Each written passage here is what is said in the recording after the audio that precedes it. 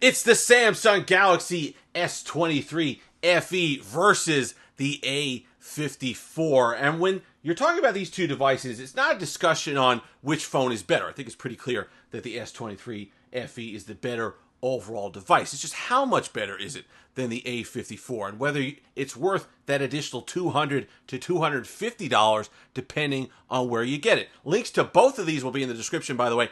Does directly help the channel, so I please encourage you to use those links. But depending on the categories that we look at, it's going to be a personal decision on whether you think that's worth the additional money that you spend. Because I'm going to tell you right now, there are certainly instances when you want to save that money and stick with the Galaxy A54, because I think you get a lot of the value that you do in the S23 FE right here in this device in the A54, and you could save all that money doing it. So let's talk about those categories and compare them one by one. First off is design. You're not going to notice a huge difference on the design between these two devices. You're going to get Gorilla Glass 5 front and back on both.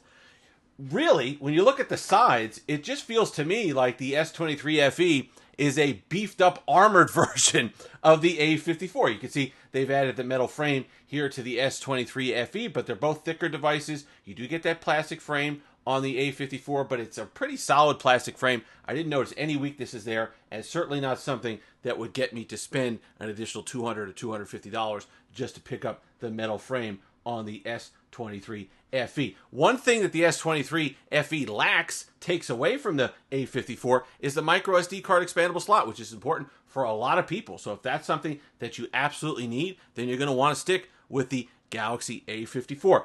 Display, not something that would sway you either way. Do I think that the display on the FE is a little bit better, a little bit more saturated? Yes, I do. But they're both absolutely gorgeous Samsung panels. They're both 1080p, both 120 hertz refresh rate, so you're going to enjoy it. Fantastic for content, same size on both, same aspect ratio, so you're not getting any real difference consuming that content from one device to the other. They're both going to have great speakers. They're both going to look good streaming Netflix, streaming YouTube videos, whatever it happens to, scrolling Instagram, both going to give you that bright, poppy experience that you'd expect from a Samsung panel, so certainly not worth any sort of difference, certainly not a $200 difference between the two.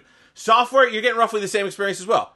You might get the One UI upgrades a little bit faster on the S23 FE, but it's going to be that One UI experience on both. They're both supported for years to come. Since the A54 is a newer device, you're looking at, 6 months difference between the two. So it's not that huge of a gap there with the extra support. You're going to love both of them. Not an issue. One UI 6 coming to both. Going to be fantastic on Android 14 with the upgrades that they've made, and they're going to look absolutely beautiful on these panels. Performance in gaming. This is where, if you did want to look at the S23 FE and say, you know what, let me go ahead and spend the extra money, this is where you do it. Gaming on the A54, I'm just closing stuff so we can do a little open comparison here. Gaming on the A54, I've heard a lot of back and forth on this. It's not bad. Let me just start there. The Exynos 1380 does a respectable job on stuff like Pokemon Go, Call of Duty Mobile. Genshin Impact, it runs slow. I'm sorry, they're slow down. But Genshin doesn't run well on anything. So it's really tough to tell with that game because there are consoles that struggle with Genshin Impact. So you're asking a mid-tier processor to handle something that's dedicated consoles really struggle with. So that is not really a good bar. But people have gotten decent performance on Call of Duty Mobile. Unless you're an intensive gamer with high-end Android apps and you're really doing a lot of video editing perhaps or photo editing, or you got Adobe, I think Adobe Lightroom has an app for these. Stuff like that, you'd really notice the difference. But the other thing is longevity. So One UI is going to be supported for many years. There's going to be new features that come here. You're going to want that top-tier performance for several years. So if you're planning on keeping these devices for 4 and 5 years, and you do more intensive stuff like gaming, then the S23 FE is where you'd want to spend that extra money. I do think that's the one area where you're going to get an upgrade. I love the Exynos 1380 that they put in the A54. I think it does a respectable job for the money, especially in the $300 price range. We're talking about this super smooth, and you can see. Let's go ahead and hit it. Let's try to hit it at the same time. 1, 2, 3. Right, okay, loaded it up faster, right? But what was that? A split second faster? I had both closed them out. Neither one was cached. So yes, there is going to be that second delay. Yes, you're going to notice it more in intensive apps and pulling up bigger stuff and spreadsheets or whatever else you could put on these phones. But it's not something right now, today, or for the next couple years you're going to notice, because both phones push the 120 hertz display with no problem. Both phones are nice and smooth on scrolls of Instagram. So you go. There was another one. Look, I mean, what?